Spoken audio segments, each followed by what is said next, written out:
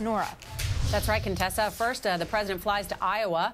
But while back in Washington, the political firestorm over those controversial interrogations is growing bigger. With investigations now on tap, some are suggesting they may not stop with legal officials, but extend to President Bush's top men, Don Rumsfeld, Alberto Gonzales, Dick Cheney, perhaps even the president himself. Well, earlier I asked Rhode Island Democratic Senator Sheldon Whitehouse if congressional leaders that were briefed on these tactics should be held accountable.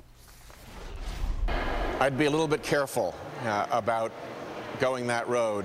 A very small number of members of Congress were informed of this by the Bush administration, that they got the sanitized version of the techniques, and that they obviously were told that this was deeply classified. Holly Bailey is White House reporter for Newsweek magazine. Chris Stirewalt is political editor for The Washington Examiner.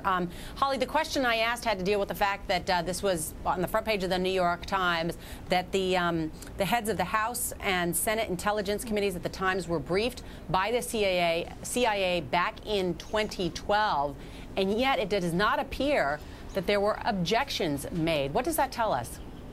Well, it tells us that, while the focus has been on what the Bush administration officials knew and what they wrote, that not everybody's clean here. I think the investigation, I think a lot of people in Congress are a little bit nervous about, what's going to be uncovered here. The fact is that members of Congress were briefed, including Nancy Pelosi, and I think there will be a lot of focus on what they did know or what they didn't know. Chris, you heard President Barack Obama saying he wants to look forward, not back. But clearly yesterday, feeling the pressure from the left opened the door to this further investigation and perhaps prosecution. Who may be targeted?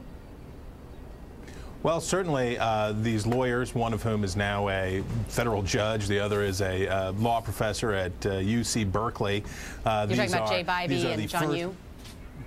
Just so, and these are obviously the first targets. We saw from our friends in Europe that they would like to see international criminal prosecutions of Dick Cheney and everybody else involved. They'd like this to go all the way. Certainly Senator Leahy from Vermont would like a truth commission to dredge all of this up for as long as possible to really hold the Bush administration to the greatest account possible.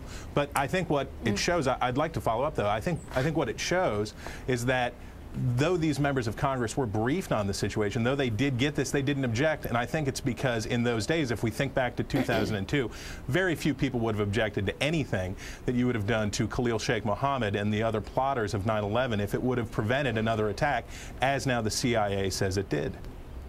Holly, I want to ask you about certainly the controversial comments by the former Vice President Dick Cheney, who says that these harsh interrogation tactics, some people call torture, actually worked. Now we've learned that the head of the head of the National Intelligence, Admiral Dennis Blair, has said this, quote, "The information gained from these tactics was valuable in some instances." Do you think there'll be a lot of fallout over that?